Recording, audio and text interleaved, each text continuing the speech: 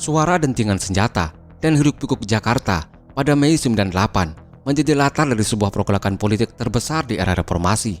Di tengah kekacauan itu, satu nama muncul di pusaran kontroversi, Letnan Jenderal Prabowo Subianto, Panglima Komando Strategis Angkatan Darat atau Pangkostrat, yang dikenal tegas, ambisius, dan memiliki hubungan keluarga langsung dengan Presiden Soeharto. Namun, hanya dalam hitungan bulan setelah jatuhnya sang mertua, ia dicopot dari jabatannya oleh Presiden B.J. Habibie. Keputusan itu memicu perdebatan panjang. Apakah ini murni keputusan disiplin militer atau bagian dari intrik politik yang lebih dalam?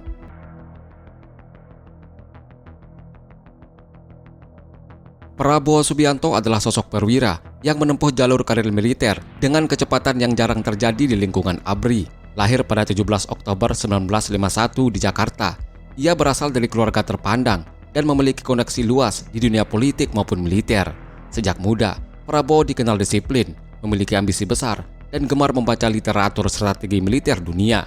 Latar belakang keluarganya yang kosmopolitan, termasuk pengalaman hidup di luar negeri ketika ayahnya berada di pengasingan, memberinya pandangan yang berbeda dari banyak perwira lain. Karir militernya dimulai saat ia masuk Akademi Militer di Magelang pada awal 1970-an. Prabowo menorehkan prestasi gemilang sebagai perwira Kopassus, satuan elit TNI AD. Ia memimpin operasi-operasi berisiko tinggi seperti penumpasan pemberontakan di Timur Timur dan operasi pembebasan Sandera Mapenduma yang mengangkat reputasinya sebagai komandan lapangan yang berani dan cerdas. Namun, keberaniannya ini seringkali dibarengi gaya kepemimpinan yang keras dan keputusan-keputusan yang memicu kontroversi. Pada Maret 98, di tengah situasi politik yang sudah memanas akibat krisis ekonomi, Prabowo diangkat menjadi Pangkostrat, menggantikan Letjen TNI Subagio HS yang dipromosikan menjadi Kepala Staf Angkatan Darat. Kostrat adalah komando strategis dengan kekuatan pasukan besar dan mobilitas tinggi, sehingga posisi ini bukan hanya jabatan militer, tetapi juga titik pengaruh politik yang signifikan. Namun, penunjukan ini memicu bisik-bisik di kalangan perwira tinggi. Banyak yang menilai kenaikan Prabowo tidak lepas dari fakta bahwa ia adalah menantu Presiden Soeharto. Hal ini menimbulkan persepsi bahwa Prabowo bukan sekadar prajurit, melainkan juga bagian dari lingkaran keluarga cendana yang memiliki agenda politik tersendiri. Di sisi lain, hubungan Prabowo dengan Jenderal Wiranto, Panglima ABRI kala itu, sudah lama tegang. Keduanya memiliki visi berbeda dalam menangani gejolak politik. Wiranto cenderung mengedepankan stabilitas dengan langkah-langkah yang hati-hati, sedangkan Prabowo lebih agresif dan tak segan menggunakan kekuatan militer untuk mengendalikan situasi. Rivalitas ini menjadi benih konflik besar yang kelak memicu kejatuhan karir militernya.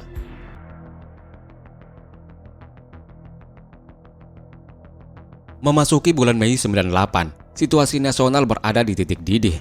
Krisis moneter yang melanda sejak 97 menghancurkan nilai rupiah, menyebabkan harga kebutuhan pokok melambung tinggi dan memicu keresahan di seluruh lapisan masyarakat. Gelombang demonstrasi mahasiswa menuntut reformasi politik dan pengunduran diri Presiden Soeharto terjadi di hampir seluruh kota besar. Di Jakarta, ribuan mahasiswa menguasai gedung DPR MPR, sementara di jalan-jalan, massa semakin tak terkendali. Kerusuhan pun pecah pada 13-14 Mei 98, dimulai dari penembakan mahasiswa Universitas Trisakti yang menewaskan 4 orang. Peristiwa ini memicu amarah publik dan memunculkan aksi massa yang berubah menjadi pembakaran, penjarahan, hingga kekerasan rasial yang menewaskan ratusan orang. Dalam situasi ini, Pangkostrat Prabowo Subianto memerintahkan pengerahan pasukan strategis ke titik-titik vital di Jakarta. Namun, inilah titik di mana langkah Prabowo mulai menuai kontroversi. Menurut laporan dari beberapa sumber militer, Prabowo menggerakkan pasukan Kostrat menuju kawasan Istana Merdeka dan beberapa fasilitas penting tanpa koordinasi penuh dengan Panglima ABRI saat itu, Jenderal Wiranto. Selain itu, isu lama kembali mencuat, yaitu dugaan keterlibatan Prabowo dalam operasi penculikan aktivis pro-demokrasi yang hilang sejak awal 98. Saat itu, tim Mawar, unit kecil dari Kopassus yang pernah berada di bawah komandonya ketika masih menjabat Danjen Kopassus, dikaitkan dengan penghilangan paksa sejumlah tokoh mahasiswa. Meski Prabowo membantah memerintahkan penculikan tersebut, kesan bahwa ia mendukung tindakan represif untuk mempertahankan status quo semakin menguat. Di lapangan, keberadaan pasukan Kostrat di sekitar pusat kekuasaan membuat ketegangan meningkat. Bagi sebagian petinggi militer, langkah ini adalah pelanggaran garis komando. Namun bagi pendukungnya, itu adalah tindakan cepat untuk mencegah kekacauan lebih besar. Tetapi di tengah gejolak politik, setiap manuver militer syarat makna politik. Dan pada titik ini, posisi Prabowo mulai goyah, meski ia sendiri belum menyadari bahwa masa jabatannya sebagai Pangkostrat tinggal menghitung hari.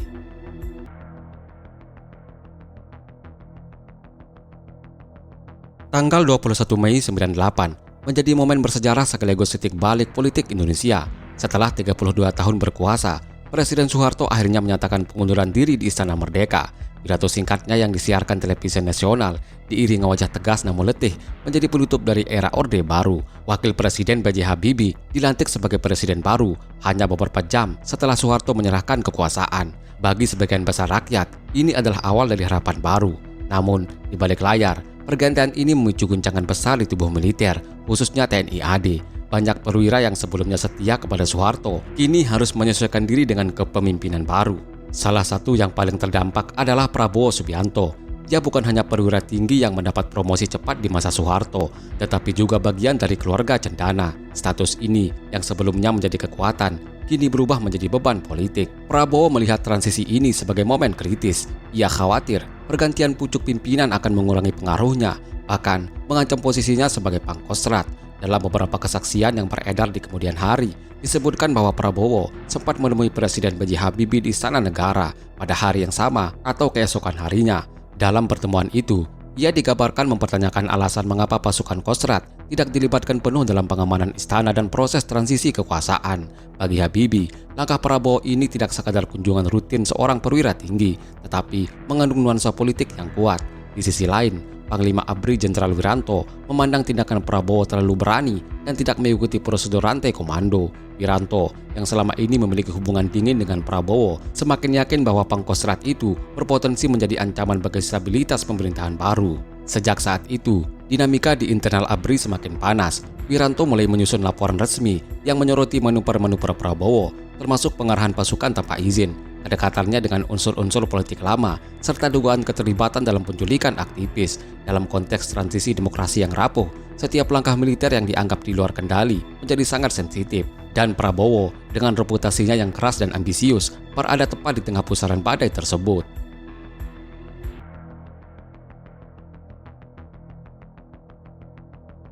Hari-hari setelah pelantikan Habibie berlangsung penuh ketegangan. Pada 22 Mei 98, hanya sehari setelah pergantian presiden, Prabowo menerima panggilan mendadak untuk menghadap Panglima ABRI Jenderal Wiranto di markas besar ABRI Cilangkap. Pertemuan ini menjadi titik krusial dalam perjalanan karirnya. Menurut sejumlah kesaksian, suasana di ruang pertemuan itu tegang. Wiranto dengan nada tegas menyampaikan keputusan bahwa Prabowo dicopot dari jabatan Pangkostrat. Keputusan ini, kata Wiranto, sudah mendapat persetujuan Presiden B.J. Habibie berdasarkan laporan pelanggaran prosedur dan dugaan keterlibatan dalam manuver-manuver yang dinilai mengancam stabilitas. Bagi Prabowo, ini adalah pukulan telak. Ia yang baru saja menjabat Pangkostrat selama 2 bulan, kini harus menyerahkan posisi strategis tersebut kepada Letjen Joni Lumintang. Namun, proses pencopotan ini tidak berhenti di situ saja. Prabowo kemudian dipindahkan menjadi perwira tinggi tanpa jabatan di Mabes ABRI, sebuah penempatan yang dalam dunia militer kerap dianggap sebagai pembekuan karir. Tak lama kemudian, Dewan Kehormatan Perwira atau DKP dibentuk untuk menyelidiki dugaan keterlibatan Prabowo dalam penculikan aktivis pro-demokrasi. DKP yang terdiri dari jenderal-jenderal senior ini memanggil Prabowo untuk memberikan keterangan resmi. Akhirnya, setelah menjalani sidang yang penuh ketegangan, Prabowo melalui rekomendasi DKP diberhentikan secara resmi lewat keputusan Presiden B.J. Habibie. Bagi sebagian pihak, keputusan ini adalah langkah tegas untuk memisahkan militer dari politik praktis dan mengakhiri pola komando yang tidak transparan di era Orde Baru. Namun, bagi pendukung Prabowo, pemecatan ini adalah hasil intrik politik internal ABRI yang dimotori oleh rival-rivalnya. Apapun sudut pandangnya, peristiwa 22 Mei 98 itu menjadi penanda berakhirnya perjalanan Prabowo di dunia militer.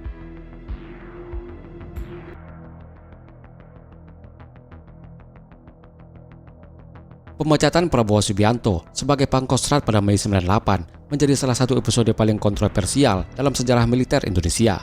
Keputusan yang diambil hanya sehari setelah Presiden B.J. Habibie dilantik meninggalkan jejak panjang dalam diskursus publik, memecah opini masyarakat, dan hingga kini masih menjadi bahan perdebatan di kalangan politik dan militer. Bagi pendukungnya, Prabowo adalah korban dari intrik politik internal ABRI di tengah transisi kekuasaan. Mereka berpendapat rivalitasnya dengan Panglima ABRI Jenderal Wiranto memainkan peran besar dalam kejatuhannya. Menurut narasi ini, Wiranto dan kelompoknya memanfaatkan momentum reformasi untuk menyingkirkan figur militer yang ambisius dan memiliki kedekatan dengan keluarga cendana yang saat itu dianggap simbol Orde Baru. Ada pula yang meyakini bahwa tuduhan pengerahan pasukan tanpa izin dan keterlibatan dalam penculikan aktivis sengaja dibesar-besarkan untuk membangun citra negatif terhadap Prabowo. Namun, bagi para pengkritiknya, pemecatan itu adalah konsekuensi logis dari tindakan-tindakan Prabowo yang dianggap melanggar disiplin dan membahayakan proses transisi demokrasi.